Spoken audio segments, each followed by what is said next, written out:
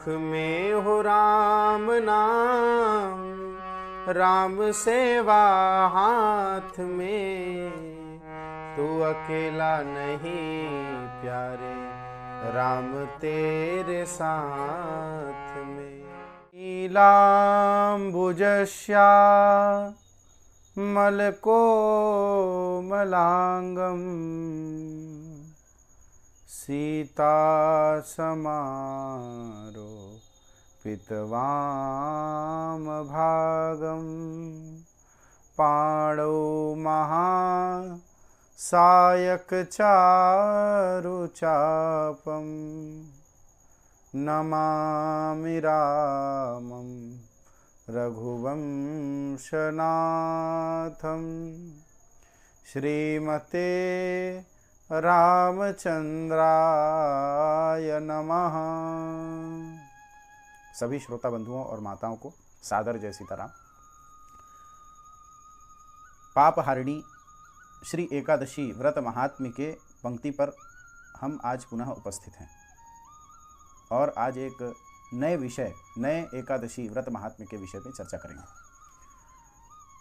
हे प्रभु, कार्तिक मास के शुक्ल पक्ष में जो एकादशी आने वाली है, उस एकादशी को किस नाम से जाना जाता है और क्या उसका महत्व है, इसे क्यों मनाना चाहिए और इसके व्रत करने से किस फल की प्राप्ति हो सकती है, इन सभी को विस्तार पूर्वक बतलाइए। भगवान श्री कृष्ण युधिष्ठिर जी महाराज को कहते हैं कि हे युधिष्ठिर जी महाराज, पूर्व काल में यही प्रश्न श्री नारद जी ने अपने चतुर्मुख पिता ब्रह्मा जी से किया था। उन्होंने उनसे जैसा कहा, मैं आपको उसी प्रकार सुना रहा हूँ। तो ब्रह्मदेव श्री नारद जी को कहते हैं कि हे नारद जी, यह जो कार्तिक मास के शुक्ल पक्ष में जो एकादशी आने वाली है, उसे प्रबोधिनी एकादशी कहते हैं या फिर हरिबोधिनी एकादशी के नाम से भी इसे पुकारा जाता है। यह बुद्धिमान मनुष्यों को मोक्ष देने वाली है। जो मनुष्य इस दिन व्रत करेगा उसे मोक्ष प्राप्त हो जाएगा। और भी ब्रह्मा जी कहते हैं कि अश्वमेध, राजसूय यज्ञ इत्यादियों का जो पुण्य है, वह केवल इस दिन प्रबोधिनी एकादशी के दिन उपवास करने से ही उसे प्राप्त हो जाता है। ब्रह्मा जी यहाँ तक कहते हैं कि समुद्र से लेकर के सरोवर पर्यंत जितने भी तीर्थ हैं, वे सब अपने पुण्य की गर्जना तभी तक करते हैं जब तक हरिबोधिनी अर्थात प्रबोधिनी एकादशी नहीं आ जाती। अर्थात जितने भी तीर्थ के पुण्य हैं, वे सब हरिबोधिनी एकादशी के दिन व्रत करने से मनुष्य को प्राप्त हो जाते हैं। ब्रह्मा जी कहते हैं कि जो इस संसार में दुर्लभ है, ऐसे दुर्लभ वस्तु की भी जो कामना करता है, जो इस संसार में दुर्लभ है, ऐसे वस्तु की भी प्राप्ति के लिए व्यक्ति को प्रबोधिनी एकादशी के दिन उपवास करना चाहिए। ऐसा कोई भी वस्तु, भौतिक वस्तु नहीं है जो यह प्रबोधिनी एकादशी के व्रत करने वाले को न मिले। और कहते हैं, भक्तिपूर्वक हरिबोधिनी एकादशी के दिन उपवास करने वाले को ऐश्वर्य, गुण, धन, धान्य आदि की वृद्धि होती है। यह पाप नाशिनी हरिबोधिनी एकादशी है और इस दिन व्यक्ति एक रात्रि केवल जागरण कर ले तो उसके कई जन्मों के पाप उसी तरह भस्म हो जाते हैं जैसे अग्नि के लग जाने पर बहुत सारे रुई का ढेर भस्म हो जाता है।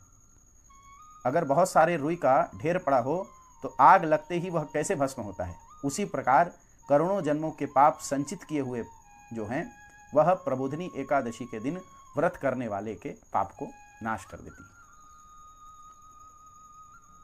इस दिन व्रत करने वाले के पितर नरक में नहीं जाते हैं, ऐसा ब्रह्मा जी कह रहे हैं।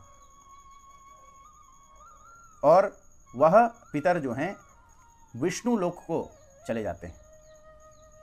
और ब्रह्मा जी आगे कहते हैं, इस दिन जागरण करने का बड़ा महत्व है। ब्रह्मा जी कहते हैं, प्रबोधिनी एकादशी के दिन जो एक रात्रि को उस दिन जागरण करेगा, उसको पवित्र तीर्थों में स्वर्ण दान, अन्नदान और बड़े बड़े दानों का जो पुण्य है वह प्राप्त हो जाएगा। केवल इस दिन, एक दिन जागरण मात्र कर लेने से। मनुष्य को यह विचार करना चाहिए कि यह मेरा जो जीवन है वह क्षण भंगुर है, कभी भी यह जीवन नष्ट हो सकता है। ऐसा सोच करके इस दिन एकादशी का व्रत अवश्य कर लेना चाहिए।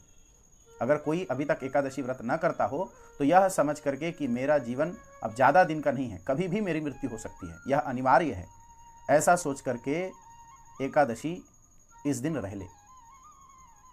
इससे जो है वह भगवान की भक्ति को प्राप्त कर लेगा।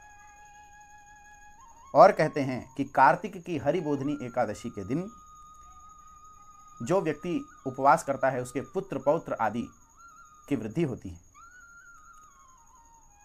यहां तक कहा गया है कि जो इस दिन व्रत करता है वही ज्ञानी है, वही योगी है, वही तपस्वी है, वही जितेंद्रिय है, और उसी को इस संसार में सुख मिलेगा और उसी को इस संसार के जाने के बाद मोक्ष भी प्राप्त होगा।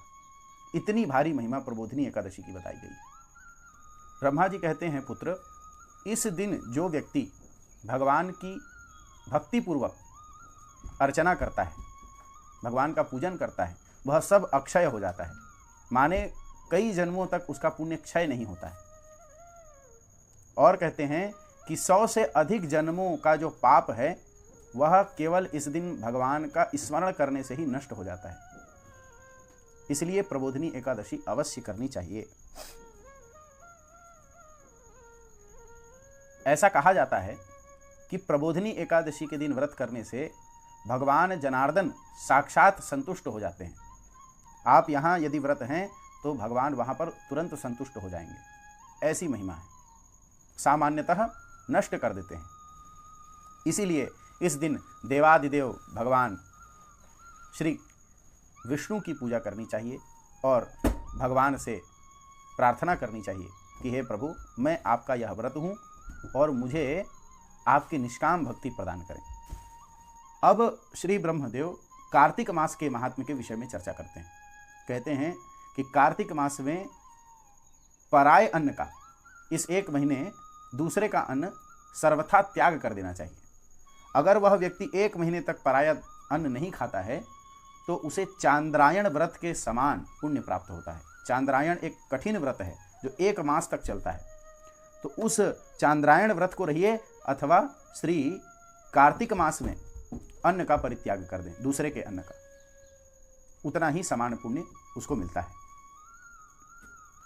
जो प्रतिदिन शास्त्रीय बातों पर, कार्तिक मास के पूरे 30 दिन शास्त्रीय बातों पर अपने दिन का मनोरंजन करता है, अपने दिन को व्यतीत करता है, वह साक्षात जनार्दन की ही पूजा करता है और अपने सारे पापों को नष्ट करने में लग जाता है, ऐसा ब्रह्मा जी कहते हैं। कार्तिक मास में भगवान की कथा यदि कोई कहता है और सुनता है तो वैसी संतुष्टि भगवान को यज्ञ दान तप से भी नहीं मिलता जितना श्री कार्तिक मास में भगवान के कथा को सुनने और कहने का महत्व है। जो व्यक्ति कार्तिक मास में 1 अथवा आधा भी श्लोक वाचता है अथवा सुन लेता है भगवान के कथा का, तो उसे 100 गौ दान का पुण्य प्राप्त होता है। इसलिए कार्तिक मास में इन सभी कार्यों को अवश्य करना चाहिए। इसीलिए हे महामुने, कार्तिक मास में अवश्य ही भगवान के सामने शास्त्र श्रवण, शास्त्र का वाचन, यह सब करना चाहिए। भागवत पढ़ना चाहिए और रामायण का वाचन करना चाहिए और सुनना चाहिए। इस मास में कथा अवश्य सुनना चाहिए।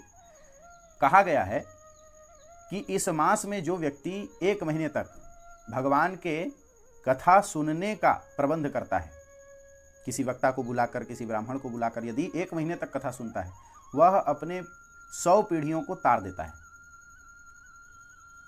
जो मनुष्य सदा भगवान विष्णु की कथा सुनता है, सत्संग में जाता है, वह अपने जन्म मरण के बंधन से मुक्त हो जाता है और साक्षात भगवान के चरणों में ही उसको स्थान मिलता है, ऐसा ब्रह्मा जी कह रहे हैं।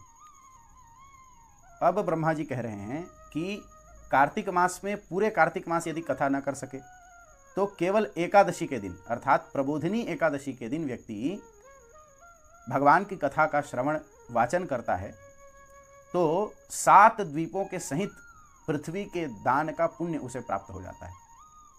इस दिन वह यदि कथा कहे नहीं तो सुने, और सुन करके वक्ता को वस्त्र, दक्षिणा, दान इत्यादि से अलंकृत करता है, वह अक्षय लोक को प्राप्त होता है। ऐसी भारी महिमा एकादशी की बताई है। ब्रह्मा जी कहते हैं, जो व्यक्ति कार्तिक मास में शास्त्रों में अपने मन को विनोद करते हुए अपना दिन बिताता है, उसकी पुनरावृत्ति मैंने नहीं देखी है। और इस कार्तिक मास में भगवान के सामने जो गीत, नृत्य, वाद्य इत्यादि कार्य जो करता है, उसके पुण्यों की गिनती स्वयं चित्रगुप्त भी नहीं कर सकते, ऐसा श्री ब्रह्मदेव कह रहे हैं। और ऐसा व्यक्ति तीनों लोकों के ऊपर विराजमान होता है। इसलिए कार्तिक मास में भगवत संबंधी कार्य जरूर करनी चाहिए। कार्तिक मास में जब एकादशी आ जाए तो व्यक्ति को भगवान की पूजा सभी विधियों से करनी चाहिए। फूल, फल, कपूर, धूप, दीप, नैवेद्य, तरह तरह के वस्तुओं से, आभूषणों से युक्त भगवान की पूजा करनी चाहिए। इस दिन धन की कंजूसी बिल्कुल भी नहीं करनी चाहिए भगवान के पूजन में, क्योंकि इस दिन दिया हुआ दान असंख्य पुण्य को देने वाली है। प्रबोधिनी एकादशी के दिन एक कार्य अवश्य करना चाहिए। एक शंख ले लें, शंख में जल भर लें और जल में चंदन, सुगंधित द्रव्य और पुष्प लेकर के भगवान को अर्घ्य प्रदान करें। इस दिन रात्रिकालीन जागरण के समय भगवान को जो अर्घ्य प्रदान करता है, वह परम योगी के समान पुण्य प्राप्त करता है। और इस दिन जो भगवान को अर्घ्य प्रदान करता है, वो संपूर्ण तीर्थों में स्नान करने का पुण्य प्राप्त कर लेता है, और संपूर्ण तीर्थ में जो दान देने का पुण्य है वह भी वह प्राप्त कर लेता है। अब आगे ब्रह्मदेव कहते हैं, केतकी के पत्ते से पूजित होने पर भगवान जनार्दन 1000 वर्ष तक संतुष्ट रहते हैं। वैसे ही अगस्त पुष्प को चढ़ाने वाले व्यक्ति को दर्शन यदि कोई कर ले तो उसके नरक की अग्नि शांत हो जाती है। उसी प्रकार कार्तिक मास में तुलसी का पत्र और तुलसी का फूल भगवान के ऊपर चढ़ाया जाए तो उसके जन्म भर के पाप नष्ट हो जाते हैं।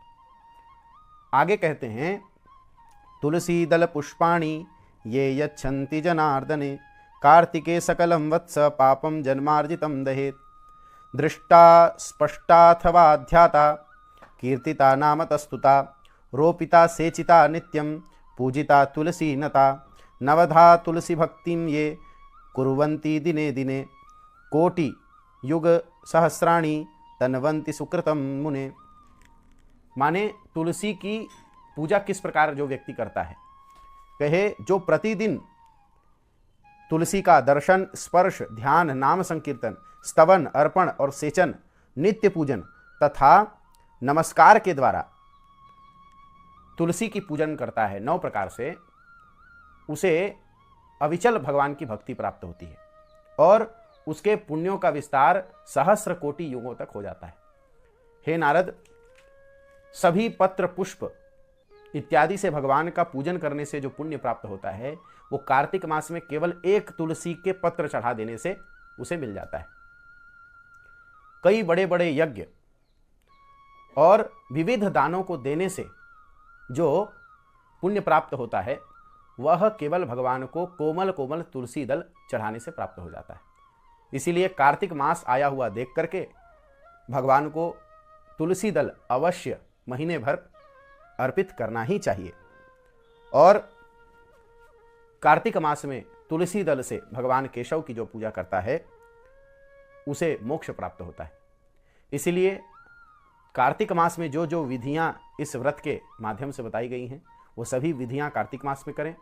और कार्तिक मास के शुक्ल पक्ष की जो एकादशी है, प्रबोधिनी एकादशी, उसका व्रत करें। और उस दिन क्या क्या करना चाहिए, क्या नहीं करना चाहिए और किस के करने से कौन से फल की प्राप्ति होती है, यह सब बताया हुआ है ध्यानपूर्वक उसका श्रवण करके उनके नियमों का पालन करना चाहिए।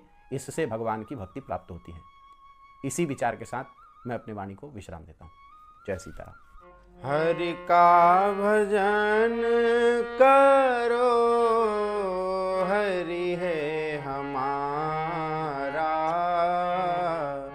हरि का भजन करो, हरि है हमारा। हरि का भजन करो, हरि है हमारा। हरि नाम लेने वाला, हरि नाम लेने वाला, हरि का है प्यारा। हरि का भजन करो, हरि है हमारा। हरि का भजन करो,